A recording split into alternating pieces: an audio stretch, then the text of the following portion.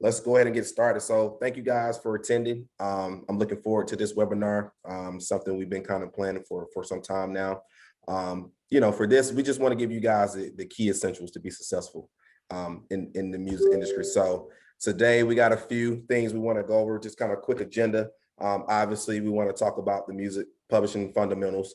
We kind of want to answer some of these myths that you guys may have and clarify information as it relates to, just breaking down publishing and truly understanding what to be able to collect from. Also, we want to touch on just the 4 main steps, as we call our royalty checklist, just to give you guys tools to be able to know who you need to sign up with, partner with, to be able to collect, everything that's owed to you from a global standpoint. And then lastly, we'll kind of tie everything into how Songtrust will make sense for you, and how we guys can enable you to collect, everything that's owed to you from around the world on a global standpoint. Without further ado, I'll go ahead and introduce myself first, and I'll turn it over to my special guest. I go by Whoop Johnson. I am a publishing specialist here with Songtrust in Atlanta. Also, outside of that, I manage a few writers, producers, A&R. I kind of wear different hats within the music industry. So that's me. Without further ado, I want to turn it over to my special guest, Lamont Graves. Just give them a quick introduction of who you are, how you got started, and kind of, where you are now currently. Cool. How you guys doing? My name is Lamont Graves. I operate a company by the name of the Graves Firm, which is a consultation firm that assist producers in understanding pretty much every facet of the business, specifically publishing, because that's kind of where I got started at in the business. But we help producers monetize, manage catalogs for producers, and pretty much every step of a producer's career, from the moment they create a record to the moment they get paid, we pretty much handle that for those guys. And we represent a number of producers and songwriters. The guys that we have consulted have sold well over 40 million records. So we have a pretty good track record of success of helping people get paid in the business. Currently, right now, a couple of my guys have some pretty big sync placements on the works. A couple TV shows coming out probably within the next 2 quarters. Obviously, album placements and stuff like that. And pretty much that's it. And yeah, appreciate that. No, we want to just say thank you for, taking your time out to do this. I know you're a busy guy. I've been wanting to connect with you for a while, obviously, just following your content on Instagram. So if you guys, don't follow Lamont, definitely follow him. He's always constantly just giving tools and dropping gems for the independent creator to be successful. So, and that's what we want to talk to you guys about today, more importantly. So without further ado, let's jump right into it. Let's get into just the fundamentals. What I want to do is start at the beginning, right? Let's start at the very beginning, and let's kind of help the audience understand that, when you create a song, let's talk about the 2 halves of a song. So for you guys that are watching, as you can see my screen, don't focus on the bottom right now. I just want to kind of keep your eyes centered at the middle screen. We want to kind of talk about your song and how that kind of falls into 2 different buckets, and then how that kind of funnels out from there. So Lamont, let's break it down for them. So, obviously if you're already, a producer, or you're an artist or a songwriter, and the song comes out, you've already put this song out to the masses, right? Let's help them understand how this, breaks down into 2 separate entities. Definitely. So from the moment you guys create a song, you get 2 copyrights. Okay, you get what you can hear, which is going to be the sound copyright, and then you get what is written, which is basically going to be the composition.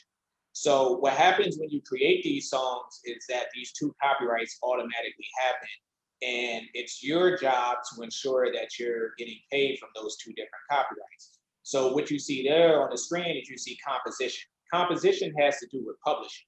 And when you think about music publishing, think about almost sort of like book publishing, where you can like publish a book with words and everything like that. Well, with music publishing, you're publishing your words or your lyrics. And for producers, when you guys make beats, you're actually being considered composers. So when you compose something, think about what guys like Mozart and Beethoven used to do when they used to write music. So basically, you essentially become a songwriter. And then on the sound side, that's a totally separate copyright. And that's where you often hear things like master recordings. You hear companies like SoundExchange and distributors and labels and things like that come into works. Those are 2 separate things. So the thing about it is that you want to ensure whenever you put out a song that both of those copyrights are covered. Correct. And let's even take it more more involved. So, you know, because some people who are tuning in, this is probably the first time ever hearing about this, right? So when you create a song, and I kind of put it into layman's terms. So just think of, you know, as you were a kid, was doing a science project, maybe with a partner, right? And your parents, both of you guys' parents help you create this science project. So if you think about the composition and the master side, the composition is essentially like the rough draft, or everybody that helped create a part of that record. And when you actually put this record out, the master recording or sound recording, as you may hear other terminology, that's the finished project. So even though, you know, you did a science project with your best friend and your parents got all help, only you and your friend will get credit. We would consider the master recording. And although your parents help, their name is not on the finished project, they'll still get paid off the composition side. So there's entities to where, you know, you can get paid off both, depending on which role you played in the song. But if you are a part of the underlining composition or publishing, as you may hear different terms being thrown out, you can get paid off that. And pretty much only the rights owner who owns the masters or a part of the master will get paid off the master. So I guess we can just certain questions, you know, what do you want to add to that, Lamont? Like, you feel like we kind of broke that down in a sense for them, or? Yeah, I think that, I think that that makes sense. And that's practically what it Okay. is think about a song that you create and think about how somebody can write the song that somebody can sing. So you often might end up in a situation where you guys might write a song and you have an artist sing it. So the artist sings your song that you wrote, and let's say that the artist is retaining ownership of the sound recording and you're retaining ownership of the composition. That's how those things can happen. And then sometimes you have guys that'll write a song and they'll sing the song and they'll put the song out. And then oftentimes they'll retain ownership of both of the copyrights. Right. So what I want to do first, because we're going to definitely dive into like the publishing and composition side. Master is a little bit more easier to kind of comprehend. It's only really basically two things you're getting paid off of in that sense. So let's take it to the master side. So we've broken it down in the beginning that when you create a song, it falls into two buckets. You get paid off the composition, underlying composition, or publishing, or the master recording, or some people you would hear say the sound recording. So as you get paid off the sound recording, there are, as you see at the bottom of the screen, there are two more entities, you know, that you will get paid off of. So first, let's dive into the master recording revenues. Lamont, what is the master recording revenues? Who pays that out? And who's able to get paid off the master royalties? So to keep it as simple as possible, if you guys put out a song and you're using a distributor, like let's say CD Baby, your distributor is responsible for paying out your master recording revenues. So for instance, if your song gets 100,000 streams on Spotify, CD Baby will pay you that master recording revenue from those streams. But then outside of that, there's a company by the name of SoundExchange, which pays a very specific royalty, which is called a digital performance royalty. And they pay it only on the sound recording. So remember earlier, we talked about the two copyrights, the two halves of the song. We talked about composition and we talked about sound recording. Well, SoundExchange pays you a royalty outside of what your distributor will pay you. And basically, it is a digital performance royalty. And to be able to get paid that, you would just need to affiliate with that company.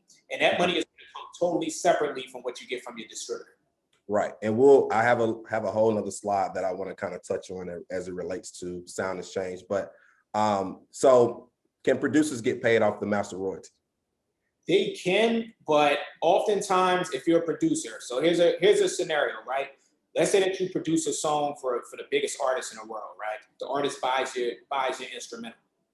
Once they buy your instrumental, that artist is owning the master recording, or the label is owning the master recording. So you pretty much lose all rights in any SoundExchange money unless you get something called a letter of direction. So producers can get paid from SoundExchange, but oftentimes if it's an album placement and somebody else is owning the master, then you need a letter of direction. But if you're self-releasing content as a producer, meaning that if you're releasing instrumental albums and collab projects, you can get paid directly from SoundExchange, because then essentially you become a master recording owner, and then you also become what is deemed an artist by you being featured on their project. Gotcha.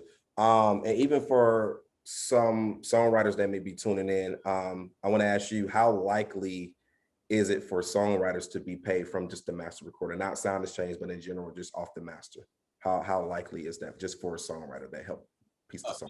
Somebody who writes lyrics, unlikely, because oftentimes what happens is, unlike a producer, where producers often get like what are called producer royalties, and then you got like because you're manipulating the composition from a sound aspect.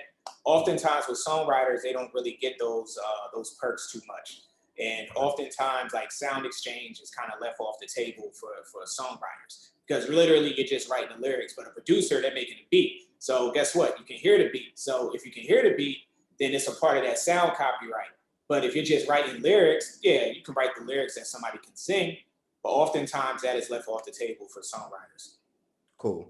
So in retrospect, just to kind of go back, when it comes to master recording, there are two types of royalties that you can collect from the master.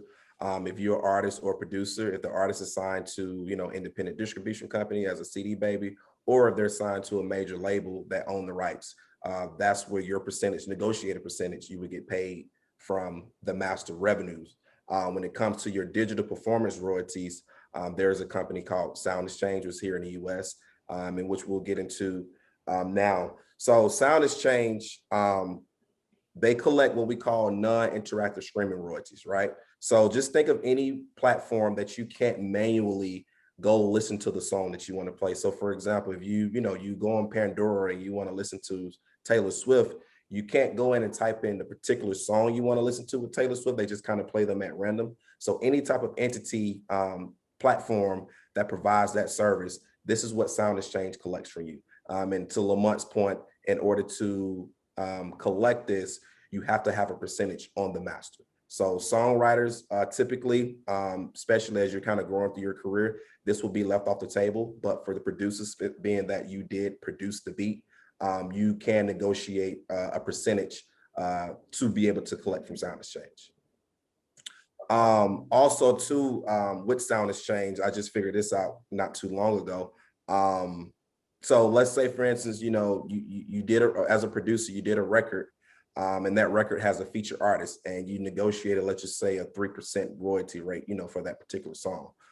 It's important to know that you have to do a separate agreement, because both the featured artist and the artist both, have a percentage of the masters. So it's important to know you have to do a separate letter of direction agreement with both artists in order to collect your full percentage. And I'll kind of let you elaborate after, on that as well, Lamont. Yeah, I mean, that's a really good point that people don't often bring up, is when you let's say you get a record, and let's say you got two big features on there, both of those featured performers would be responsible for paying you a share of their royalties from SoundExchange via letter of direction. So oftentimes what happens is producers don't know that. So and if you got like a good attorney or somebody helping you out with your business, they'll know about it. So oftentimes that gets left off the table. They'll just get paid for one artist. But what you would want is, when you get a song with a feature and you're getting a letter of direction, you would need two letters of direction. You would need one from the main artist and then one from the feature as well. And that way, when you get paid, you're not leaving anything off the table with SoundExchange. And like I said, that's specifically with music producers, because when you sell that beat, remember, you're losing that sound copyright in exchange for some type of royalty. Right.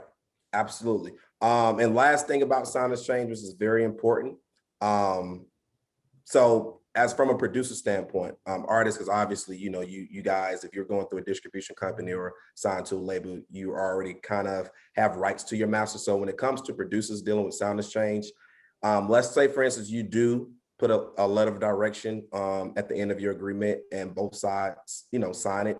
If the artist or the label or the distributor doesn't have an account with SoundExchange, although you guys did an agreement and you submitted it in your SoundExchange, you won't be able to get paid until the artist actually, does it on their end. Yep, I've ran into the situation many times. You gotta literally from there, you're trying to chase down the artist's attorney to get them to sign up for SoundExchange.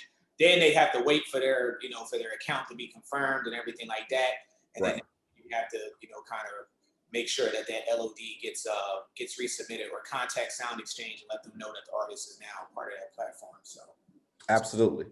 Good talk. So hopefully everyone has a good understanding about just when it comes to, there are two types of royalties you can get paid out on the master side: your master recording revenues, which your label or distributor would pay, and you have your non-interactive digital performance royalties, which will come from SoundExchange. So let's hop over into the meat and bones of the conversation, right? The composition, the publishing side. So as we just spoke on the master side, on the publishing side, there are also multiple type of royalties to be able to collect on this side. So if you look on the left side where it says composition at the bottom, we're going to kind of go dive into performance royalties, talk about what they are, who collects those, who you need to partner with in order to collect those, and then we'll kind of jump into mechanical royalties. So yeah, Lamont, let's break it down. So when it comes to your compositions, if you take a look at middle of the screen, it's broken down into two. So we'll start on the left-hand side, performance royalties. Lamont, what are performance royalties? Where do you collect this from? Who do you need to partner with?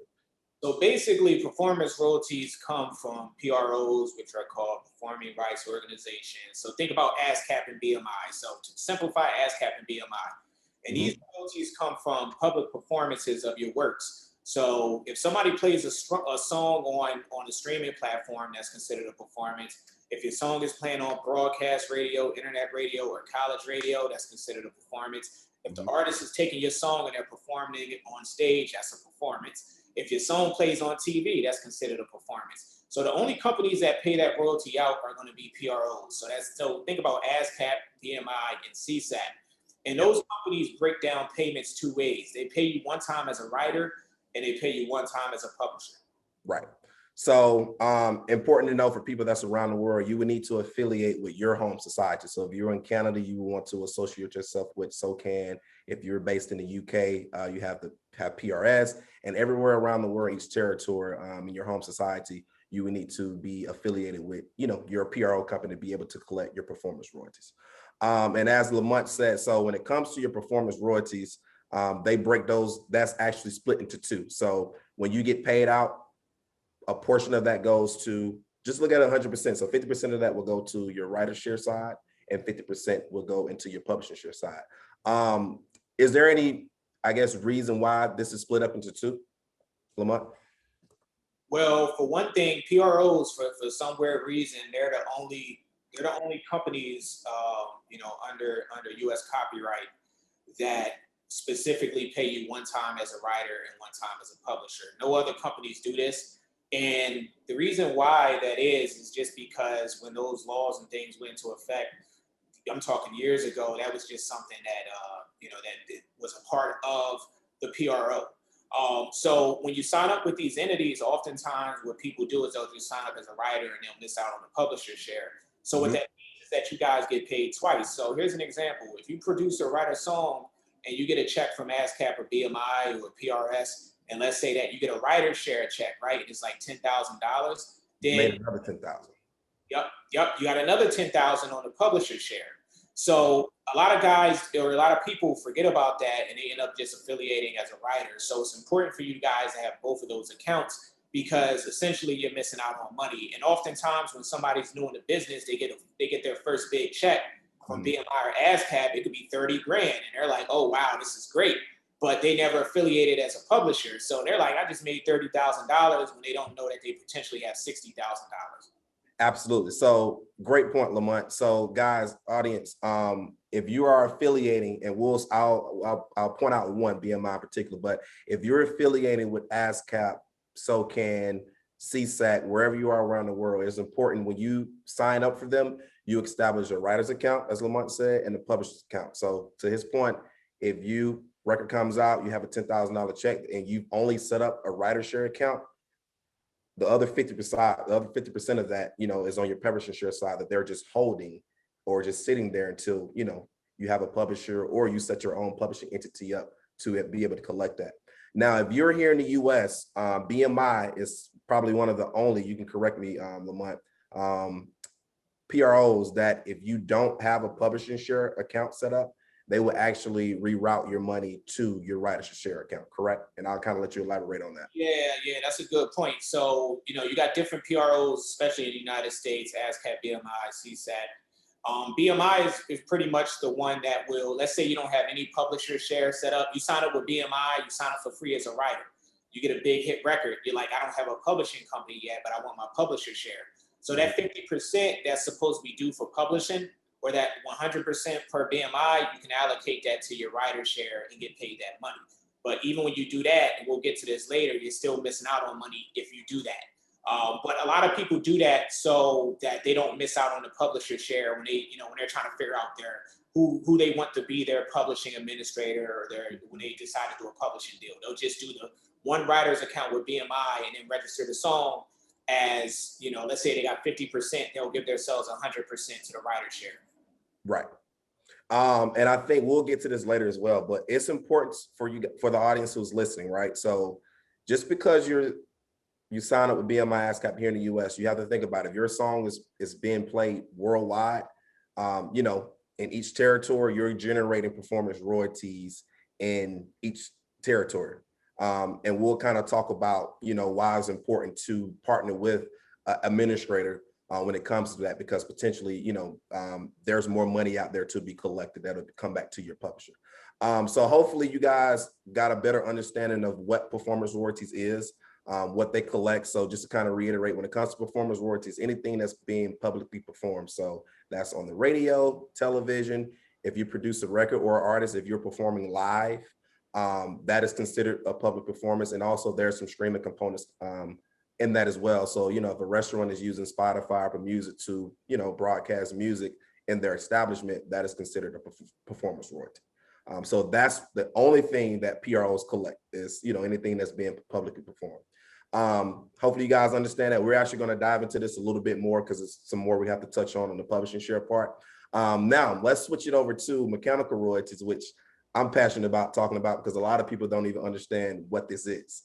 So Lamont, let's break down what mechanical royalties are. I'm sure, a lot of people are missing out on these, being that they think that, this is tied to your master recording revenue. So let's break this down. What are mechanical royalties and who collect them? So basically, mechanical royalties come from many different sources. Whereas when you got like ASCAP and BMI, you got performance royalties. All you got to do is sign up with ASCAP and BMI. But mechanical royalties come from many different places. They come from your CD selling.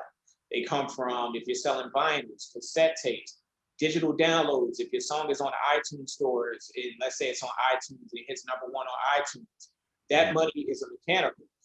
They also come from streams. So streams actually pay twice, and a lot of people get confused about that. They're like, well, doesn't ASCAP and BMI pay streams?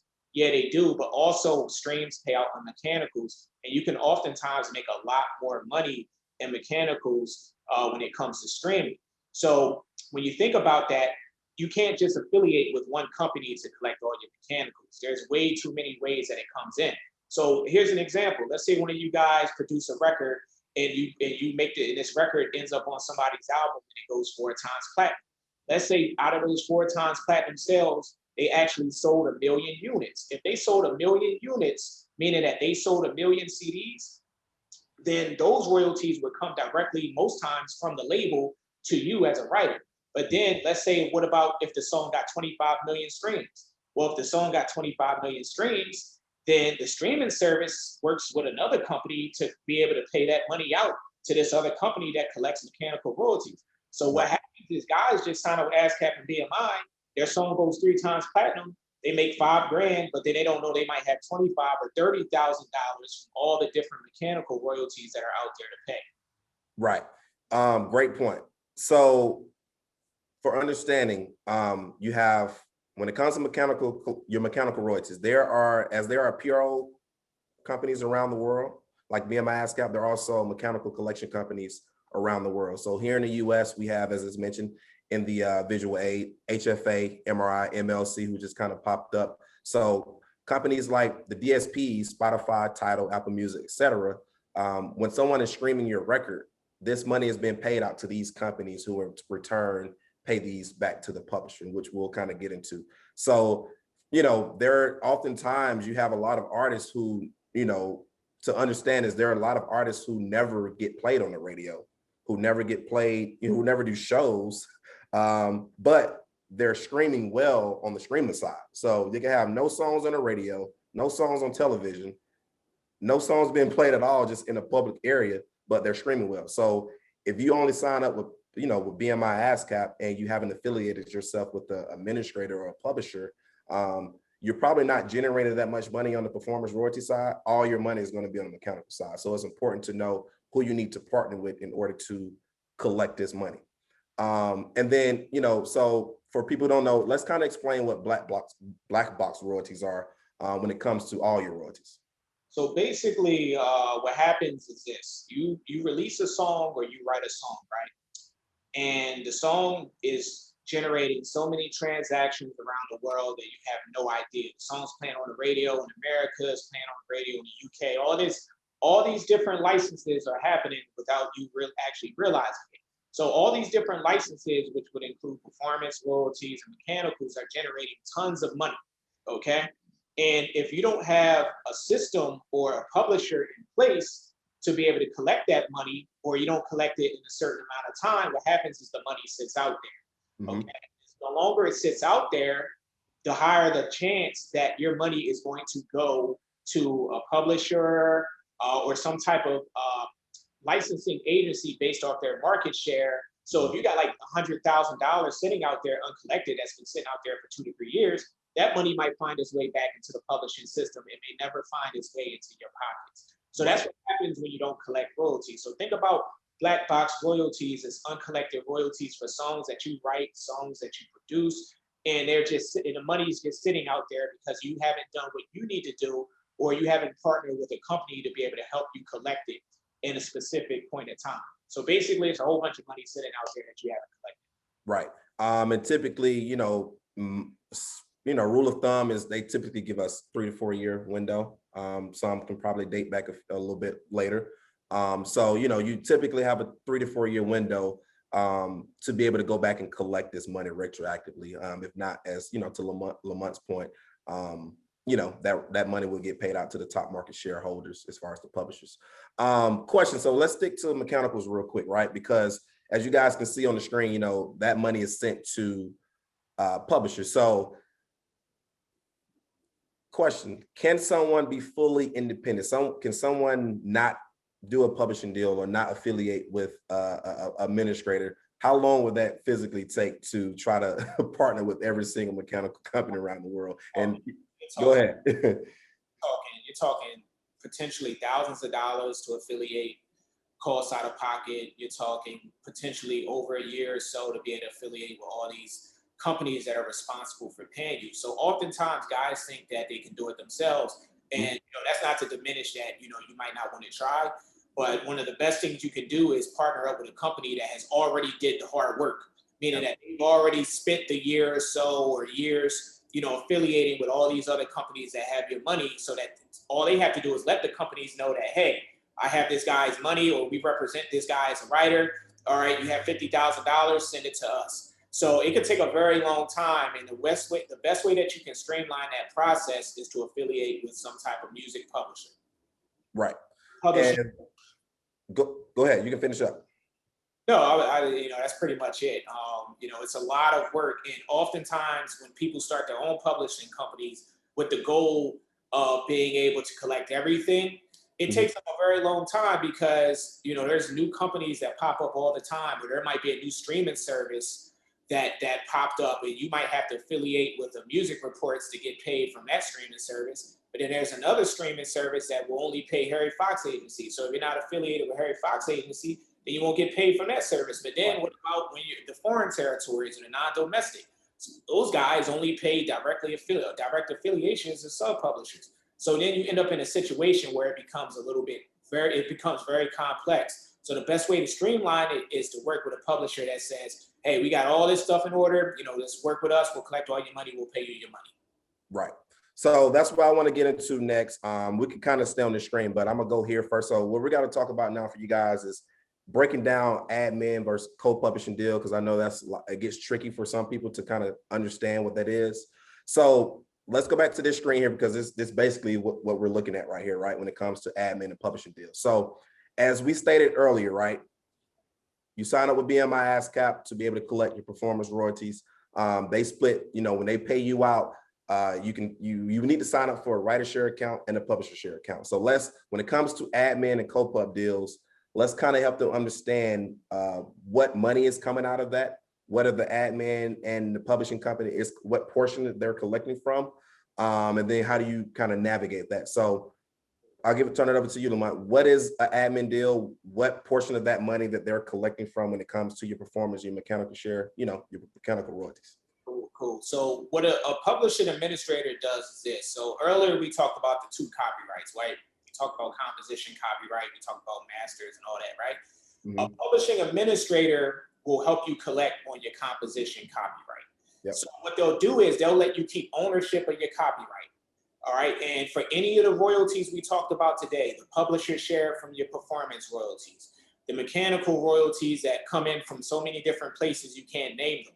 The administrator will say, hey, we'll collect all your money for you. We'll take a percentage. We'll pay you out the money and we'll lock you into like a term from anywhere between 1 to, let's say, maybe 5 years. Whereas a co-publishing deal, what happens there is oftentimes with co-publishing, they say, hey, we know you got a record on the radio that's doing really, really well. We understand that this record might generate millions of dollars. Here's a check. Let us get half your copyright. So what ends up happening is, remember that composition copyright? You end up splitting that copyright in half with your co-publisher. Your co-publisher does exactly what the administrator is going to do. They're going to collect all your money, but they might take more money off of those different royalty sources as opposed to with an admin, like for instance, Songtrust, they might just take 15%. You do a co-pub deal, they might take 50% of your performance royalties on the publishing side. Right. They might take 40% of your mechanical royalties on the publishing side. So then you end up making more money on an admin than you do a co-pub, especially if you have a really, really big record. So co-pub deals are a lot more aggressive and, they lock you in for a longer period of time. There might be other stipulations involved, but, admin is going to let you keep your copyright. A co-pub is going to own half your copyright. They're also going to admin your work. They're going to collect your money, but they're going to take more and they're going to have ownership of your songs. Absolutely. So to help you guys visualize this, right, as you're looking at the screen, when it comes to, so when you set up an account, let's just use BMI, right? So you sign up with BMI, you create a writer's account and you create a publisher share account. If you do an admin deal or a co-publishing deal, they're only collecting from this publishing share portion that you see on the right-hand side when it relates to your publishing share. Your writer share portion, that will still get paid to you directly. So if I have a song that comes out on the radio, let's say BMI paid me $10,000. So $20,000. So let's put $20,000 as a whole. So $10,000 will go to my writer share that I would get paid directly. If you're doing an admin deal, that money will be sent, that portion of the other $10,000 will be sent to your publishing company. If it's an admin deal, they'll just take, at Songtrust, we would take 15% of that $10,000. If it's a co-publishing deal, you're splitting your total 50% share with them. So now it's just 5 for you and 5 for your publisher. Anything you want to add to that, just kind of break it down to them, help them understand that. No, I mean, that's a good point. The other thing I got to say is that oftentimes people take co-pub deals and they think that their money is getting collected from some places that is different from what an admin would do. And to be honest with you, most of the companies that are out there responsible for collecting money for songwriters, they're pretty much all the same, unless you're using some other company in another foreign territory to collect. So people think, oh, I signed with this specific company, I'm gonna make more money, but that's not always the case. What it really comes down to is your percentages and how much you're willing to give up for your deal. So, whether you do an admin deal or a co-pub deal, I'll tell you guys this, if you do an admin with, let's say like a Songtrust and you got a Billboard Hot 100, you might end up making over $1 million+ off that Billboard Hot 100, and that's going directly to you, and you own your copyright. You can leverage that copyright later into whatever you want it to be.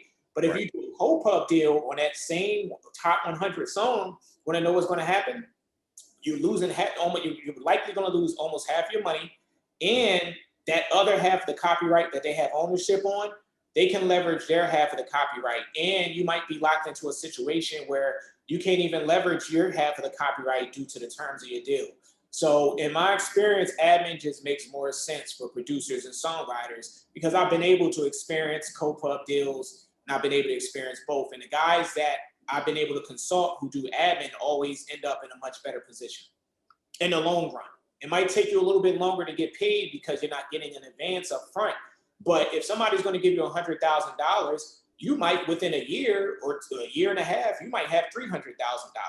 So why give up half that ownership when you can make more money in the long run?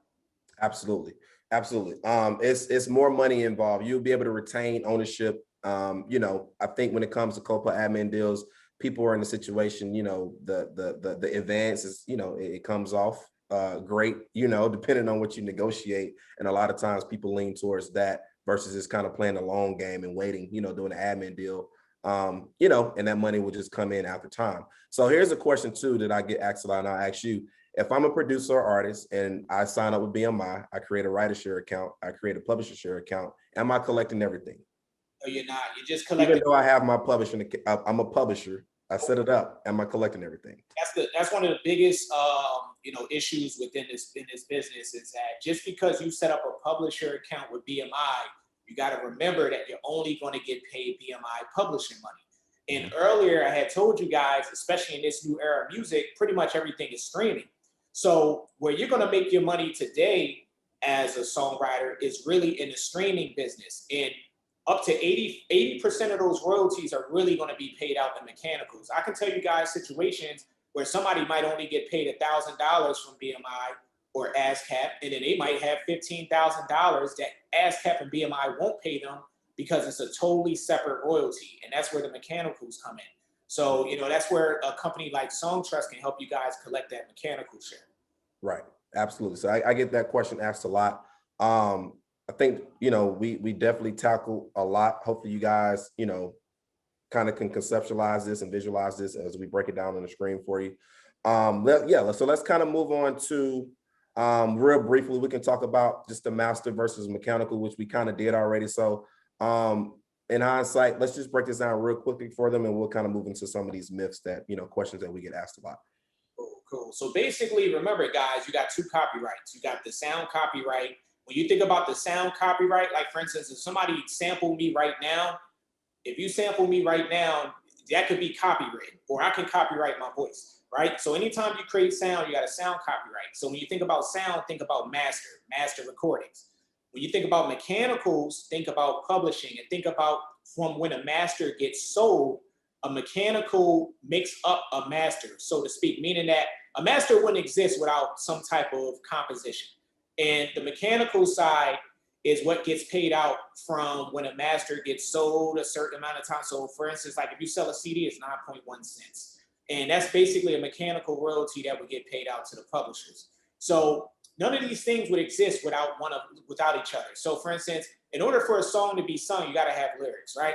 So think about the mechanical side, the mechanical royalties that happen for the songwriter and from the composition, and think about the sound recording being the master. Two separate things, okay? So a question I get often is when somebody puts out a song on CD Baby or some other distributor, and they're like, I sell CDs too. Technically, a company like CD Baby, or let's say another company, a distributor, when you sell an actual unit, you're responsible for paying the songwriters involved. And that's technically one of the forms of mechanical royalties. But on the streaming side, CD Baby is pretty much going to, like any streaming mechanical royalties are going to be paid to some of those societies we talked about. So pretty big differences in both of them, but people often get them confused because when you sell a unit, you're thinking about, all right, well, I'm selling my song. Well, guess what? Within that unit that you're selling is a mechanical, or a mechanical royalty. Makes sense. Hopefully you guys understood that. If you didn't, hopefully some guys are taking notes, because it's definitely going through some stuff. So real quickly, before we get out of here, let's go through a few myths that we commonly hear, especially in just the publishing conversation, right? Your collection society collects all of your publishing royalties for you, which we kind of talked about. So Lamont, you can answer this question.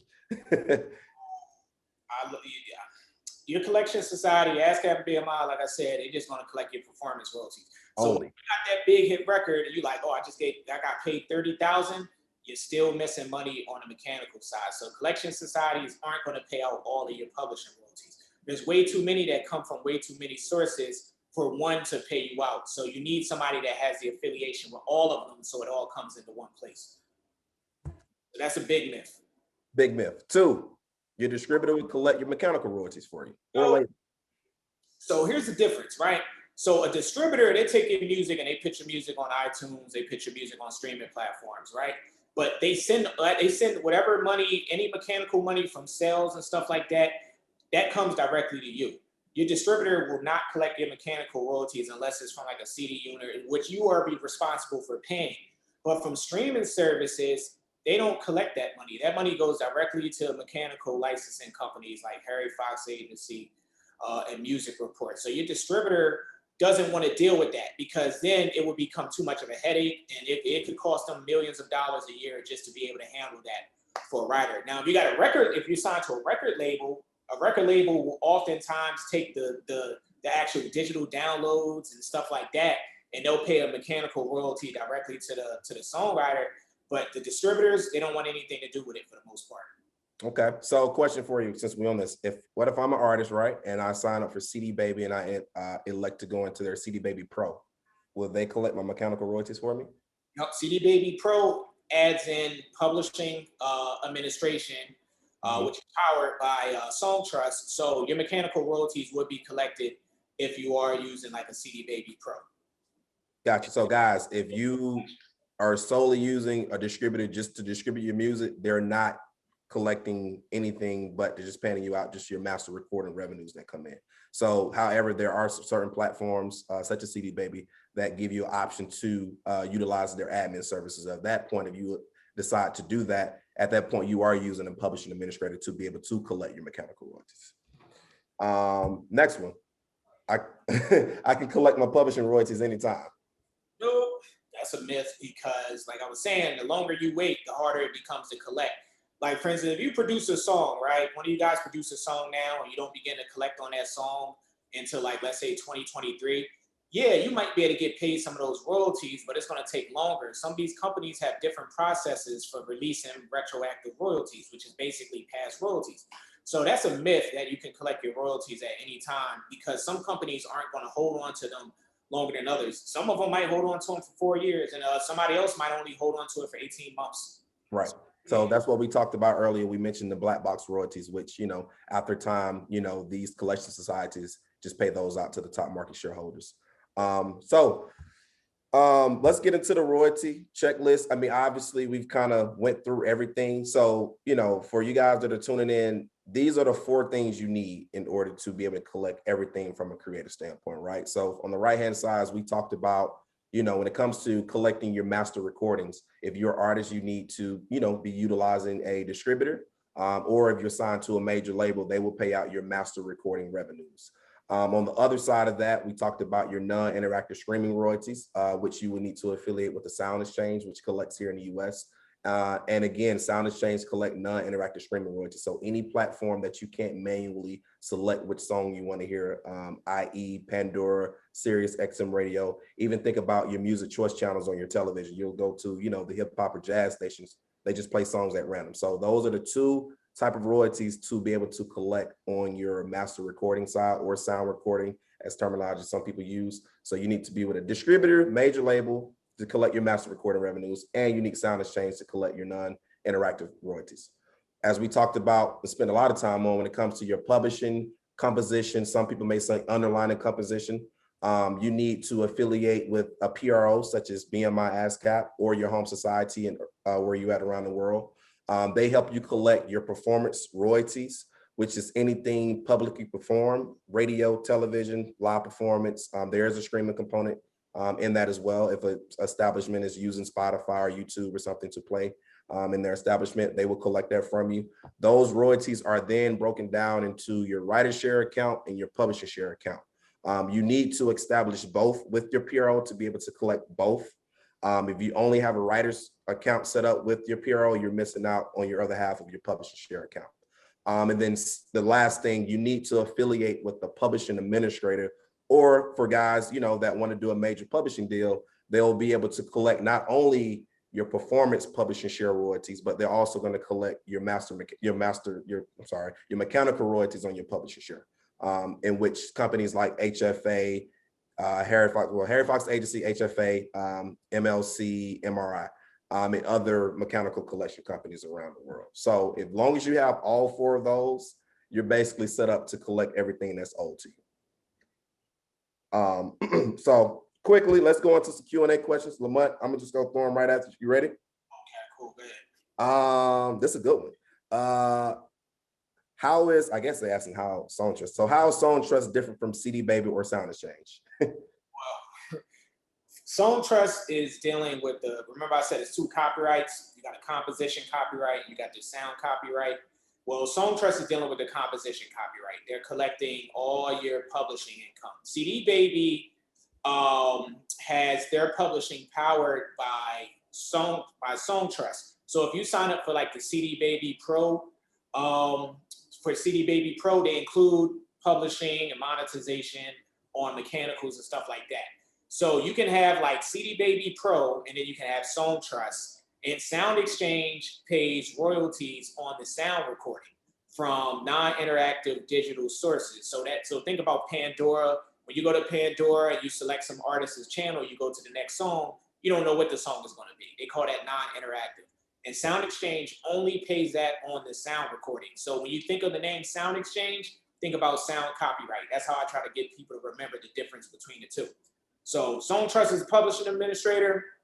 CD Baby is a distributor, but they also do publishing administration through Songtrust. And SoundExchange collects royalties on sound recordings. Off the master. So just understanding, who collects what and what falls on what side of the coin, right? So that's the biggest thing, is really just understanding there's 2 halves of a song and different royalties are paid out on different sides. Good question. Next, at what point should someone consider an admin or publishing deal? It depends. I mean, some people wait. Like I have guys that I work with that, they don't want to sign with anybody yet. They'll wait like a year and a half. It depends on you. The thing is that the moment you create a song and you put the song out or you produce a song, it's generating money. So you got to make a decision based off of what you think your long-term career goals are. I often recommend admin for people, especially like an admin like Songtrust, because it doesn't hurt. It's only a year. It's a year term, and then you can cancel after the year is over. So instead of you just waiting, if you're going to wait for a publishing deal, then why not just have your money start to be collected with a Songtrust, and then after after your term is over, maybe decide what you want to do from there. But it really comes down to each writer. Like I said, some guys decide to wait, and some guys are like, I can't wait. Some guys decide to do co-pub because they need money right away. So, they'll have a hit song on the radio and they're like, I need some money right away. So they'll do a co-pub and take an advance. But in my opinion, it depends on what your long-term career goals are. And that's something that we do. And that's something that I try to educate the producers I work with on, is that, what do you want to do? Do you want your money right now? Do you care that somebody's going to take half your copyright? Or do you just want your money paid out? And if you just want your money paid out, one of the best things you can do is just do a very transparent admin deal with, let's say, a company like Songtrust. Right. Good question. Here's another good question. Somebody said, if I'm a member of Songtrust, can I become a member of ASCAP and the MLC, since I would like to be a direct member of those organizations? So Songtrust works with MLC. They work with ASCAP. So if you aren't affiliated with any PRO, you can pretty much register for Songtrust, and then Songtrust will register you with a PRO like ASCAP at no additional cost to yourself. But when you do that, what ends up happening is that Songtrust will then you'll still get paid as a songwriter from ASCAP directly, but they'll collect all the other publishing royalties that are out there, including what ASCAP is going to pay you. All of that will go directly to your Songtrust account. So it makes more sense in my opinion, to do something like a Songtrust, because they're going to collect all your money anyway. Right. So guys, when it comes to that, when you're dealing with a publishing administrator, or let's just say you decide to do a major publishing deal, right? Essentially, your publishers are going to collect your performance publishing share from each PRO around the world. So as long as royalties are being generated, their job is to go out, register these songs with each society. So as long as you are affiliated with ASCAP and then you decide to do a deal with, any admin or a major publishing company, they're going to collect your performance publishing share and also the mechanical publishing share for you. So you don't have to worry about going to individually, partner with HFA or any other mechanical company. So this is for you guys to understand. So here's a good question. This is a real simple one too, but a good question.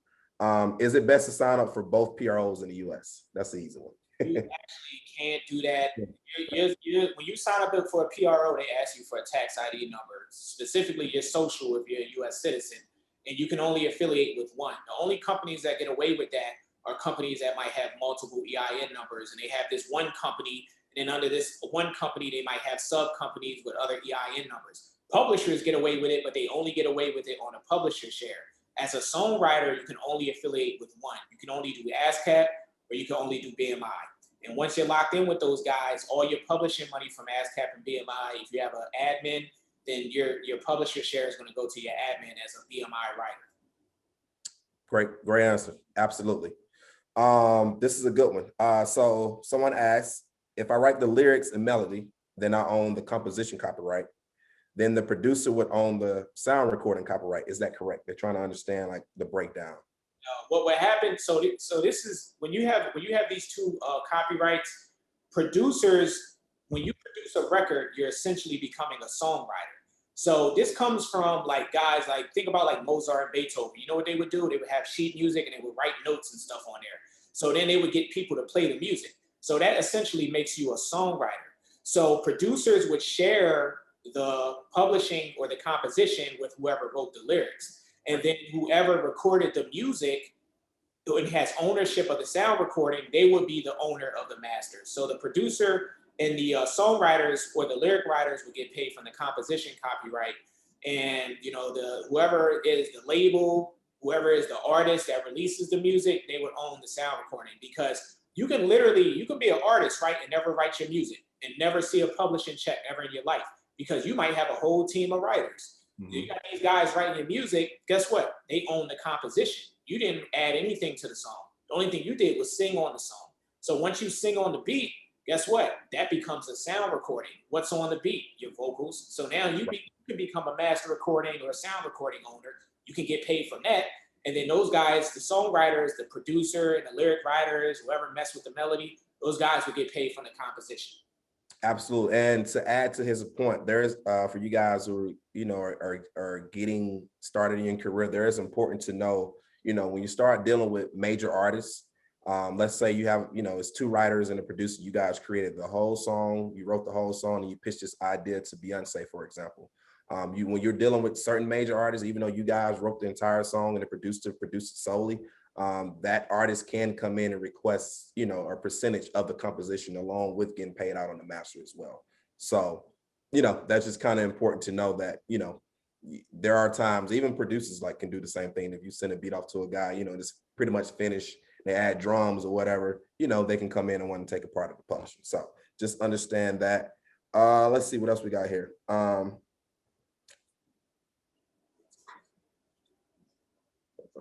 So someone asked, if I am a producer, do I register my beats onto BMI as a publisher and writer before I sell them to the artist? So that's a good question. It depends on how you release your instrumentals. If you release your instrumentals on, let's say, an instrumental album, it becomes a body of work. Then it would make sense to register your music. But if you're sending your beats out to artists and artists are recording to them and creating a new song, then you would register your share of ownership in that song after the song gets created. So you would need the name of the song, and you would need your percentages to make sure that, let's say if you're using Songtrust, you can register your share of the composition. So that's a really good question that I get all the time, and it honestly depends on how you release your music. If you release your music and it's on an instrumental album, then, obviously you're gonna wanna register your tracks, because you released the actual project like an artist did. When you release an instrumental album, you're basically an artist. But if you're just like, hey, I'm sending out beats to this guy, and that guy, guess what? If your beats aren't streaming individually, or if they're not generating money by themselves outside of you sending them out, it's really honestly no point to register them until, let's say, that a song comes about. Now, in addition to that, let's say you put your music up on YouTube, right? And you're one of these YouTube type beat producers and you get millions of views on there. Then yes, you can register that, because YouTube is a pay source. Because what you ended up doing when you did that was you actually took content and you put it on the YouTube's platform, and you put out a sound recording or a sound of your track for people to listen to, and it becomes essentially just like if an artist releases their own music on YouTube. So yes, they could be registered then, and yes, it could be monetized. But if you're just sending it out and nobody has it yet, and you create a new song, you're gonna wait for the new song and then you'll register it. Good. I like that. I like the answer. I think this is another good question that I get asked a lot personally as well. I produce a song for an artist. Who's responsible for registering the song in order for both of us to get paid? So this is what I tell people, because it's one of the biggest problems within this business. Somebody gets a song out there and they don't know who's responsible for registering. You are responsible for delivering your share to your publisher or registering your share to your publisher, because the artist might register it and leave you off of it because they may not have the information. Right. Or the artist just may give themselves 100% and not realize that they're supposed to give you 50%. So Right. your responsibility, especially if you're using a publisher like Songtrust, and even if you have a global publishing deal with a major publisher, it's your job to deliver your shares to your publisher so that they can get the music registered. So it is your responsibility, I would say. Otherwise, you end up in situations where people come to me for help because somebody else registered it and the song is all messed up. It's a dispute going on. YouTube claims are all messed up, and you don't want that. Right, absolutely. And just in my experience as well, I tell people, make sure you're doing agreements, when these records are coming out. Obviously, when you're doing agreements, the splits are all listed there. Most of the time they have everybody's IPI, PRO information. At that point, once you have that information, send that to your publisher. If you are in an admin, or if you are still just waiting, you can still go ahead and register that information in your account yourself. You don't have to wait on the artist to go ahead and register that song. As long as you have the confirmed splits in the agreement, you can go ahead and register that in your account. Because it's plenty of times, again, where IPI numbers are messed up, people have common names, and somebody else can be getting paid off the royalties, that they're not even responsible for because the wrong information was entered into the system. Yep. So it's your responsibility. You don't want to end up in a situation where the horrible story I gotta tell is one guy I know. Somebody had the exact same name as him in ASCAP, and the other guy got paid. And the guy didn't say anything. So he was getting checks from a song from a major artist, and he's like, "Oh, okay," whoever that other party was. So you don't want that to happen to you. Like Wu said, you want to have your IPI number matching the registration and everything like that. And even if you're using like an admin service, when the songs get registered, you want to double check your ASCAP and BMI to make sure everything is on point, because mistakes do happen. Absolutely. So that was the last question. We want to thank you guys for tuning in. For you guys, this first time kind of hearing about Songtrust, as we kind of stated throughout the whole conversation, we are admin company. We have as you can see, over 350,000 clients worldwide that we represent, with about a 3 million song catalog. So right now, if you guys are independent, you're more than welcome to use our services. We help you collect your performance publishing share, along we collect your mechanical royalties worldwide. So we're directly affiliated with over 60 collection societies worldwide. Here's my email. We also have Lamont IG, so you guys can definitely DM him, reach out to him with any questions, anything that comes to mind. If you guys just want to learn, you can reach out to me as well. I'm Mood Exclusive on Instagram. So Lamont, I just want to say thank you for the conversation. I think we got to do a part 2, because I think there's a few more things. I was looking at some of the questions, like somebody was asking about neighboring rights. When I see that stuff, I want to answer it. So definitely. Right. Yeah, no, let's definitely run a part 2, because I feel like there's definitely some things we definitely could have touched on some more. We didn't even talk about sync, so we'll definitely talk, and we'll definitely do a part 2 with this. Again, I want to thank everybody who tuned in. Lamont, you got any lasting words you want to say for the audience, people who are tuning in today? The last thing I gotta say is that I just want everybody to understand how valuable they are as a creator. Like everybody here today, like you can write a song and you never know what that song is going to do. And the moment you create that song, those 2 copyrights happen. So you're sitting on, a lot of producers and songwriters have no idea the value of the intellectual property that they create. And I'm here to tell you guys that the intellectual property that you create is extremely valuable, to the point that people want to own it, people want to buy it from you, and people will do whatever they can to get it from you. So understand that. So even if you're just starting out, it's important to understand. I've seen people go from, staying in their mom's basement to being able to have a record on the Hot 100. So and it can happen for anybody. So just understand how valuable you are as creators. That's really and really understand how valuable your catalog is. Oh. You know, so that's, you know, you have to look at publishing like real estate. This is something you'll be able to get paid off for years and be able to take care of your kids, you know, if you do the right things with it. So again, thank you again, Lamont. We'll run a part 2 back. I think they'll be looking forward to it. Thank you guys for tuning in. And if you have any questions, you have our emails and our Instagram, social media information. Definitely feel free to reach out to us. Absolutely. Appreciate it. Y'all take care.